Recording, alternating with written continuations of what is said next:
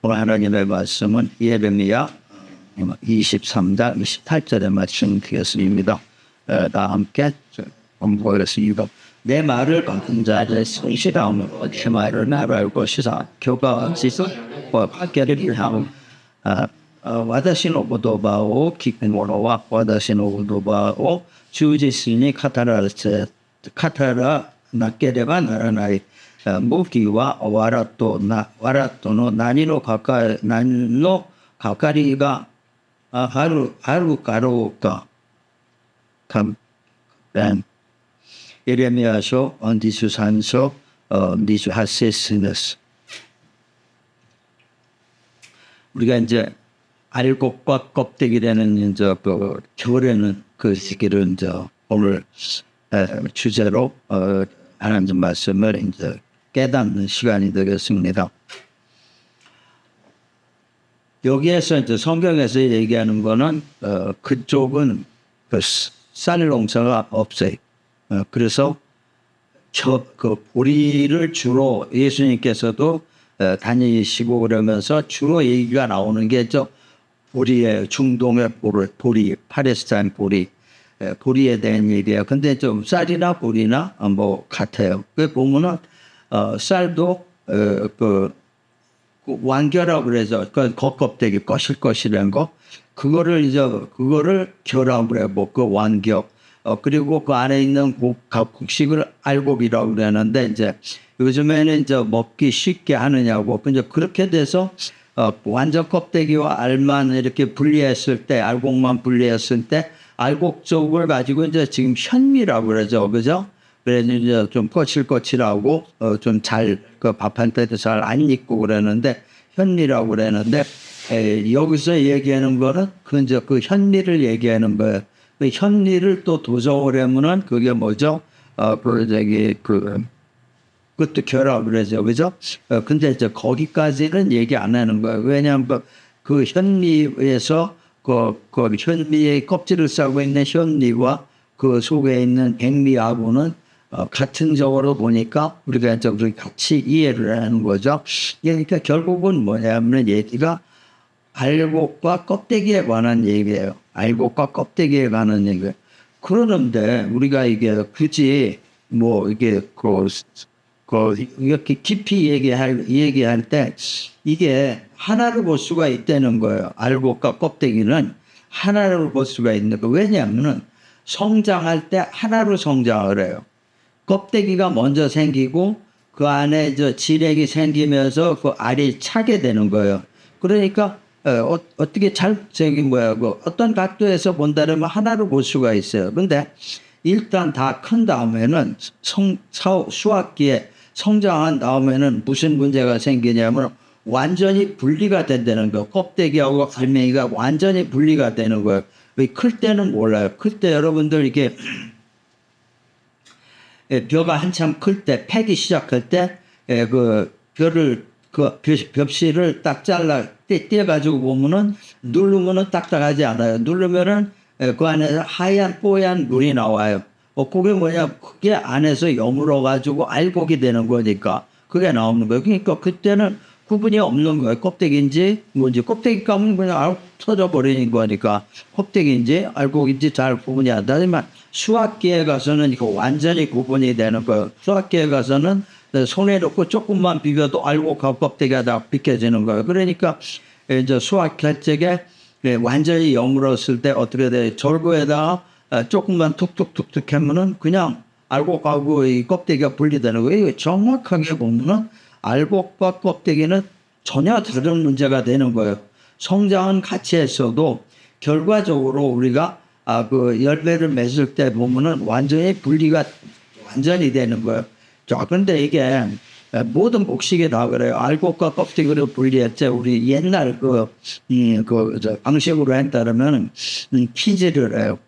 키질을 했는데 왜 키질을 하냐? 알곡은 무겁고 껍데기는 가벼우니까 키질을 하면 분리가 쉽게 되는 거죠. 그러니까 그 키질을 안 하더라도 그 선풍기 같은 거 놓고 위에서 물건 이게 쏟으면은 다 껍데기에 다 날아가게 돼 있어요. 그래서 우리가 분리하는 거 하나 둘씩 분리하는 게 아니고 이렇게 해서 이제 분리가 돼가지고 알곡을 이제 우리가 먹고 껍데기에 넣었다 태워버리고 이렇게 그 연료로 쓰고 태워 이제 그런 식이 되는 거죠. 이렇게 돼서 처음에는 하나로 보여요. 하나로 보이나 그 본질이 나중에는 완전히 다른 본질이 되는 거예요. 완전히 다른 그 존재가 되는 겁니다. 그러니까 우리가 이거를 항상 그 믿음 안에서도 이것을 많이 생각을 해야 돼요. 그렇지 않다면은 이게 알곡하고 껍데기가 구분이 잘 안 돼요. 교회 안에서도 그래요. 그 알곡 신자가 있고 그 껍데기 신자, 가라지 신자가 있는 거죠. 알곡과 가라지라고 또 얘기하죠. 가라지라고 그럴 때. 그러니까 심판날에 모든 것이 이제 분리가 돼서 우리가 알게 된다 그랬는데, 심판날까지 갈 것도 없습니다. 이건 뭐 갈 것도 없어요. 그냥 이런 생활에서 그냥 나타나는 거예요. 그래서 오늘은 그런 얘기를 하는 겁니다. 저는 뭐냐면은 그래서 완격. 저는 뭐냐면 인간이 하나님과 대등하려는 마음에서 출발하는 거예요. 이것이. 왜냐하면 알곡에 만들어질 때 처음에 저가 왕겨가 보호를 했던 겁니다. 그러니까 자기가 아주 대단한 걸로 아는 거예요. 내가 없으면 아무것도 안 됐다고 그러는 거예요. 그러니까 내가 중요하다고 생각을 하는 거예요. 거기서 출발하는 거예요. 그러니까 알곡이 거기서 이제 상상의 날개를 피는 거예요. 껍데기가. 겨가 상상의 날개를 피는 거예요. 어디까지 가느냐? 내가 하나님과 대등할, 그러니까 그 위치까지 된다는 거죠. 이래서 모든 것이 인간의 문제가 생기게 되는 것. 이렇게 되니까 어떻게 돼요? 사람들이 그 사상을 받아들이면은, 어떻게 돼요? 그냥 행동과 생각과 행동이 완전히 파괴되게 되는 거예요. 하나님 뜻과는 완전히 다른 곳으로 흘러가게 되는 거예요. 이래서 우리가 저 같은 신자가 되지 말라는 것을 이 시간에 우리에게 주시는 말씀입니다. 그러니까 그 조정하고 파괴를 하는 거죠. 결하는 것이. 그 내용을 우리가 구체적으로 본다면 뭐냐면 형식적이에요. 결은 껍데기죠. 내가 없으면 알맹이가 이루어지지 않았다 생각을 해요. 그러니까 형식을 굉장히 중요하게 생각을 하는 거예요. 형식을. 예수님은 어떻게 오신 게 뭔가? 그 형식을 깨기 위해서 오신 거예요, 예수님은. 형식을 깨기 위해서 오신 거예요. 너무 형식에 사람이 잡혀 있으니까 깨기 위해서 오신 거예요. 그 다음에 선동적이에요. 내가 안다고 그러니까 무조건 선동적이에요. 무조건 어느 정도 강요를 해요. 강요를 하면서 그 이론을 가지고 관철을 하려고 애를 쓰는 거예요. 그러니까 굉장히 무서운 거죠. 사람 각자마다 생활 환경이 틀리고 교육 환경이 틀리고 모든 것 그러한 것을 원래 성향이 다르고 성격이 다르고 그러다 보니까 굉장히 다양성을 가지고 있는 거예요. 거기에 그러한 사람에게서 내 이론이 옳다 그래서 관철시키려고 설득을 하고 강요를 한다고요. 이것이 굉장히 결국은 뭐예요? 그게 그 악으로 가는 길을 얘기하고 있는 거예요. 그냥 껍데기의 얘기니까. 그러는 거예요. 그리고 또 관심을 받기 위해서 많은 사람이 그 행동을 하는데 결의 특징 중에 하나가 왜냐면 항상 관심을 받아왔어요. 벼이었을 때도 보리였을 때도 콩이었을 때도 다 사람 눈에 보이는 거는 그 껍데기가 보이니까 그러니까 이 사람들은 관심 속에서 살지 않으면 그냥 죽는다고 생각을 하는 거야. 보통 세상에서 얘기하는 관종이라는 겁니다, 이것이. 그런 관심 속에서 그러한 것을 생각을 가지고 있는 거예요. 그러니까 이 사람들이 생각하는 걸 항상 추측을 하는 거예요. 환상적인 추측을 하는 거예요. 그리고 그 추측을 하고 상상을 하는 거예요. 이런 상상을 하는 거예요. 그러니까 어떻게 돼? 이 사람이 자기네들이 만든 것을 어떻게 돼? 남에게 가리키는 것을 하나의 사명으로 생각을 하는 거예요.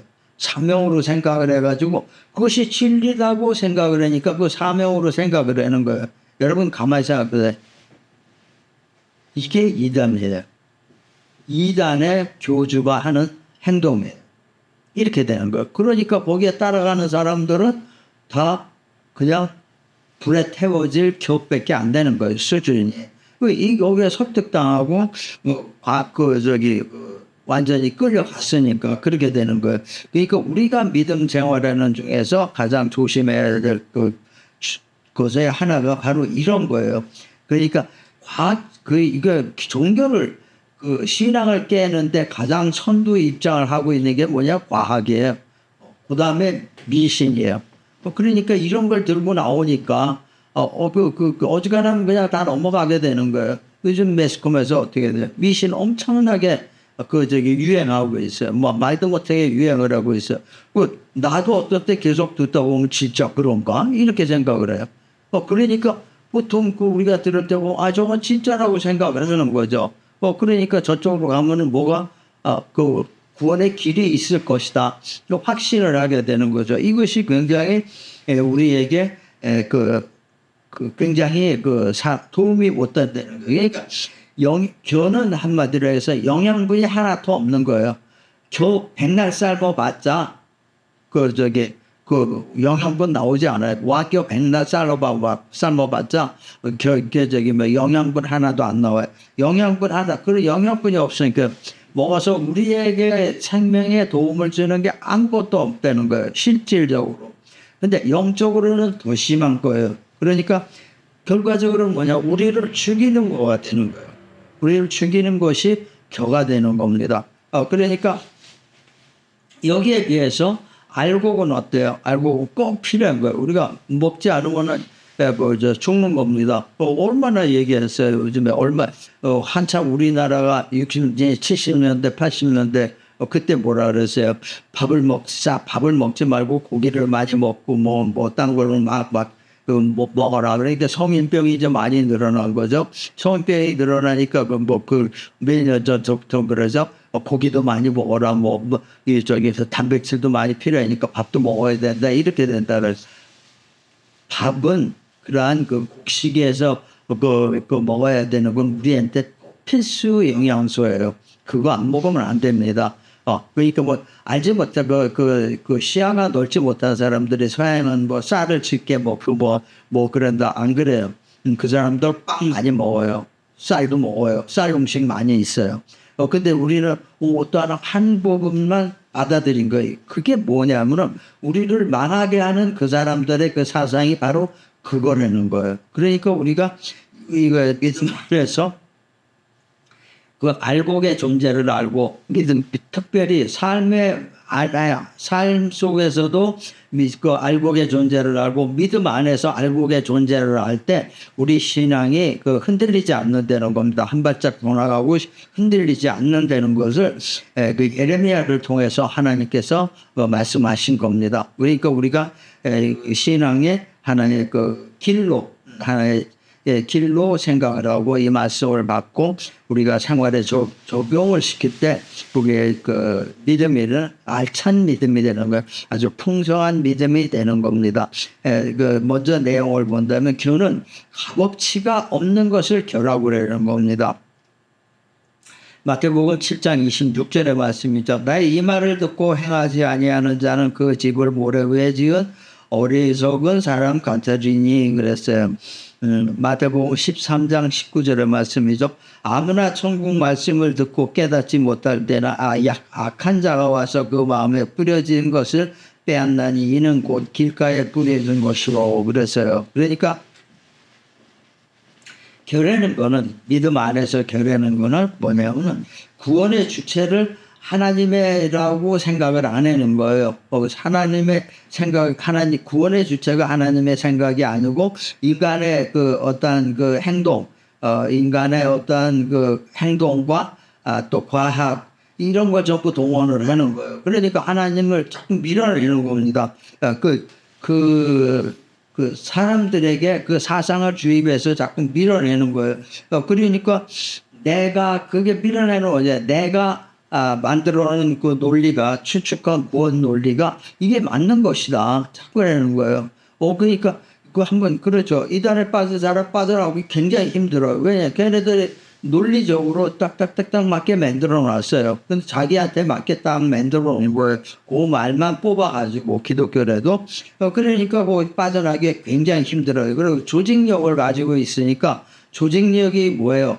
사람의 그 특징을 가장 잘 아는 하나의 그걸 뽑아서 사람들에게 적용시킨 게 조직력이에요. 그러니까 그 조직력을 가지고 있으니까 한번 들어가면 빠져나올 수가 없는 거예요. 그러니까 그 사람들이 그 새로운 것이라고 만드는 걸, 그거를 전파하는 걸 그대로 받아들이는 거죠. 그걸 가르치는 자가 교회는 겁니다. 영적으로. 그걸 가르치는 자가 교회.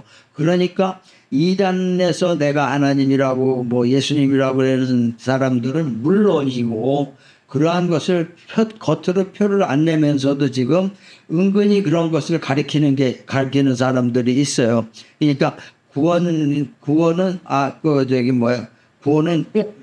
그 그리스도교 예수에게서만이 나오는 것도 아니다. 이런 식으로 얘기하고 있는 사람도 굉장히 있는 거예요. 왜냐? 쉽게 그것을 딱 얘기했다면은 자기가 교계에서 이단으로 취급받으면 활동을 할 수 없으니까 더 이상. 그러니까 그런 식으로 얘기하는데, 우리가 구원의 주체는 완전히 하나님의 말씀이고 예수님이에요. 하나님이고 예수님이에요. 구원의 주체는. 그러니까 그게 흔들리면 안 된다는 거예요. 내가 갈 수가 없어요. 과학이 그걸 대신할 수가 없어요. 심리학이 그걸 대신할 수가 없어요. 미신이 그걸 대신할 수가 없어요. 세상 너무 종교의 창시자들도 아무도 그것을 대신할 수가 없는 거예요. 구원의 주체는 정해져 있는 거예요. 그러니까 이것을 어길 때 어떻게 돼요? 모래 위에 지은 집과 똑같다는 거예요. 결하는 것을 우리가 믿음 안에서 볼 때는 모래 위에 지은 집과 똑같다는 겁니다. 그리고 날리는 재와 똑같다는 거예요. 재라는 게 어때요? 바람만 훅 부는 휙 날아가죠. 그 똑같다는 거예요. 그러니까 예수님도 얘기하셨죠.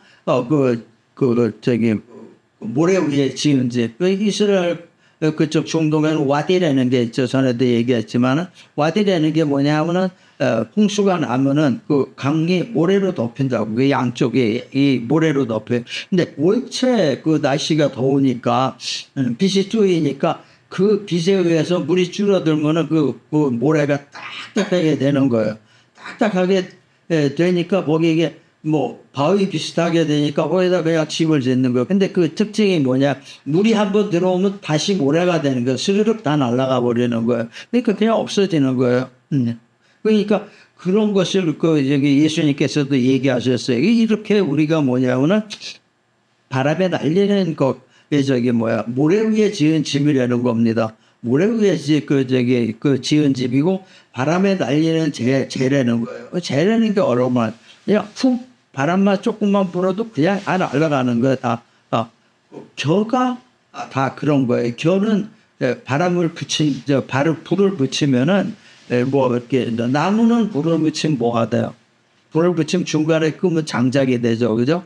겨는 안 그래요. 그냥 다 타버려요. 겨를 만드는 게 뭐냐면 번개탄인가 뭐가 잘라가지고 이렇게 놓아가지고 만든다고요. 그게 숲 같은 상태로서. 근데 그런 용도밖에 쓰지 못한다는 거예요. 그냥 날아가는 없어지는 용도라는 거예요. 그러니까 결국 주님께서 말씀하시는 것이 뭐냐면, 우리의 마음밭이 우상으로 오염됐을 때, 우상으로 가득 찼을 때 우리의 존재라는 거는 하나님 앞에서 격밖에 안 된다는 겁니다. 격가 될 수밖에 없다는 것을 얘기하고 있어요.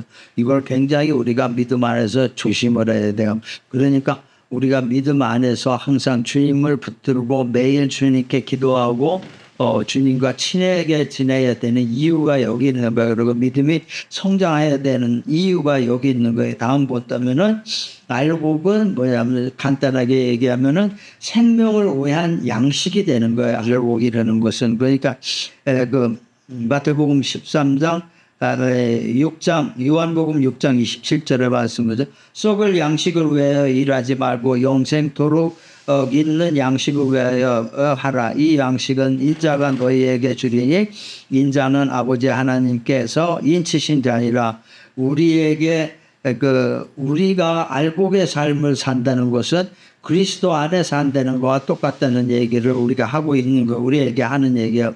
우리의 마음밭이 마태복음 13장 23절의 말씀이죠. 좋은 땅에 뿌려졌다는 것은 말씀을 듣고 깨닫는 자니 결실하여 어떤 것은 100배, 어떤 것은 60배, 어떤 것은 30배가 되느니라 그랬어요. 우리의 마음밭이 중요한 것을 얘기하고 있는 거예요. 마음이 어쪽으로 기울어지는가에 따라서 다르다는 거예요. 근데 이 마음밭이 좋은 땅에 하나님 말씀을 듣고 깨닫는 자, 아래 같이 그런 좋은 땅에 심어졌을 때 이 사람의 삶이 최하 30배에서 어떤 100배까지 그러한 삶이 풍성한 삶이 된다는 것을 우리에게 얘기하고 있는 거예요. 한마디로 얘기해서 성도는 알곡이에요. 하나님 믿는 사람, 그리스도를 주라고 인정한 사람들은, 믿음의 안에 있는 사람은 알곡이라는 얘기입니다. 이 알곡을 우리가 알곡같이 살아야 돼요. 근데 알곡이라는 것은 뭐냐면 중간에 교와 같이 지내는 기간이 있었다는 거예요. 그러니까 교와 같이 지내는 그러한 과정을 거쳤다는 거예요. 교 속에서 아무것도 없는 그런 조그마한 그것이 물건이 알곡이 될 때까지 그걸 거쳤다는 거예요. 그런 과정을 거친 게 알곡이라는 거예요. 그렇기 때문에 그 알곡이 성도라는 얘기입니다. 성도라는 거예요. 이러한 비슷한 예를 본다면은 바울이 있어요. 바울이 어땠어요? 크리스천을 엄청 박해를 했죠. 왜? 자기가 직접 잡으러 다니고 그랬어요. 그러니까 엄청난 유대교에서 엄청난 충성된 유대교인이요. 근데 바울을 그때 우리가 가만히 생각해 보면 바울이 그때 무슨 생각을 가졌나 생각을 해보세요. 바울은 그때 유대교인이면서 유대교와 똑같은 유대교도 하나님 믿는 사람들이죠. 내가 알곡이라고 생각했던 거예요. 바울은. 내가 알곡이라고 생각했으니까 가라지는 껍데기 완견은 전부 내가 잡아서 없애야 된다고 생각을 했던 거예요. 그러니까 그렇게 길을 쓰고 다니면서 잡으러 다니고 박해를 하고 그랬던 겁니다. 그것이 뭐냐면 그러한 사울이 그때 당시에 이름은 사울이죠. 사울에게 예수님이 나타나신 거예요. 그러면서 사울아 네가 나를 왜 박해하느냐 바꿔서 얘기한다면 네가 알고 있는 그 하나님은 그것이 가짜 하나님이라는 걸 얘기한 겁니다. 그게 결하는 거를 얘기한 거예요. 그래가지고 바울이 그때 고침을 받고 나서 이게 알곡이라는 걸 느낀 거예요. 그리고 그때 알곡이 된 거예요. 그때 그 과정을 거친 거예요. 바울은 그 과정을 거쳤기 때문에 그 다음에 완전히 또 충성된 그런 알곡으로서 일을 한 겁니다. 알곡 치고는 바울만큼 일한 사람이 거의 없을 거예요. 완전한 그 알곡의 일을 하고 살았던 사람이죠. 그러니까 껍데기에서 알곡으로 바꿔진 사람이에요. 자기가 알곡이라고 생각했는데 전혀 아니었던 거죠. 이거 굉장히 우리가 바울의 입장을 생각한다면 굉장히 당황했을 거예요. 이게 뭐지? 어떻게 된 거지? 내가 여태가 알고 있던 게 이게 다 잘못된 거 아닌가? 이렇게 생각을 했던 거예요. 하지만 그걸로 인해서 예수님의 깨우치심으로 인해서 바울은 완전한 알곡이 된 거예요. 완전히 알곡이 되고 알곡의 일을 아주 충실히 했던 겁니다. 그러니까 이 말씀이 구약의 말씀이지만 그대로 신약으로 온 거죠. 와서 지금 어디로 왔냐? 우리들의 마음 속으로 온 거예요. 이렇게 와가지고 이러한 삶을 살아라 하는 것을 우리에게 주시는 말씀이에요. 그러니까 이러한 삶이 내가 좋아하는 삶이고 기뻐하는 삶이고 이러한 삶이 너희가 만족하는 삶이다라는 것을 얘기하고 있는 거예요. 우리의 삶은 궁극적으로 우리가 만족해야 돼요. 삶에서 만족해야 되고 우리가 영혼에서 만족을 해야 되는 겁니다. 그 만족하는 데서 기쁨이 나오는 거고 만족하는 데서 풍성함이 나오는 거죠.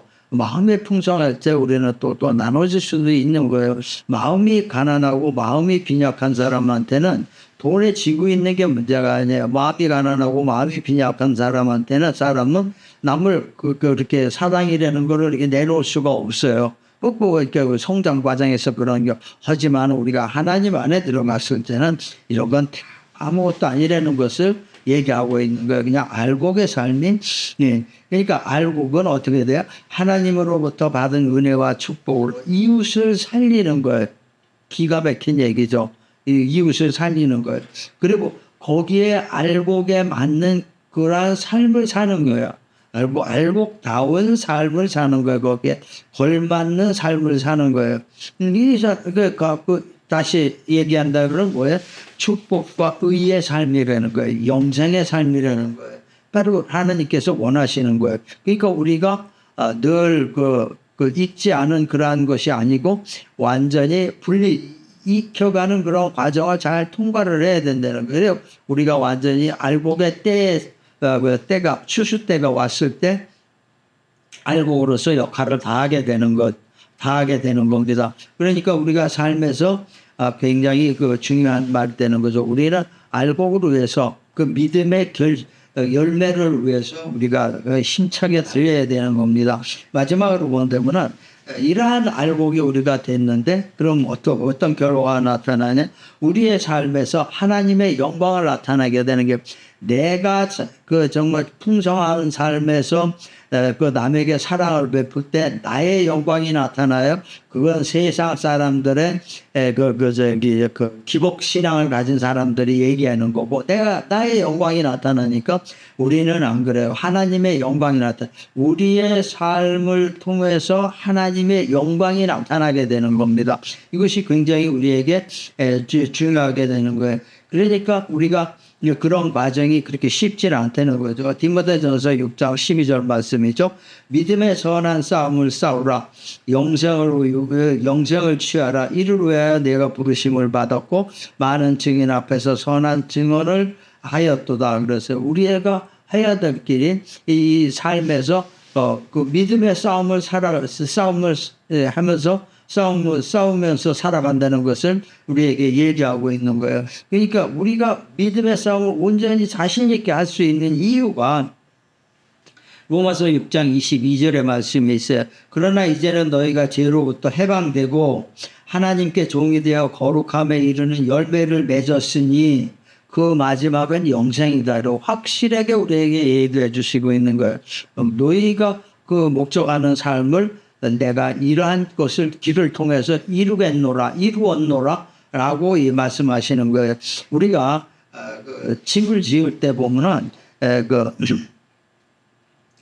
집을 지을 때 가장 중요한 것이 뭐예요? 집안이 중요해서 모래땅이 아닌 거 그걸 중요해. 모래땅이라면 모래가 땅 속까지 내려가는 것을 기초로 박아야 되는 거고 그 다음에는 건축재가 중요한 거야 되는 겁니다. 이러한 집을 이러한 것을 생각을 하고 집을 지었을 때 이 집이 어떤 집이 되냐? 아무리 악한 환경이 오더라도 괜찮다는 거예요. 비가 많이 와도 괜찮고 바람이 많이 불어도 괜찮고 괜찮다는 거예요. 바로 이것이 뭐냐면은 알곡이라는 겁니다.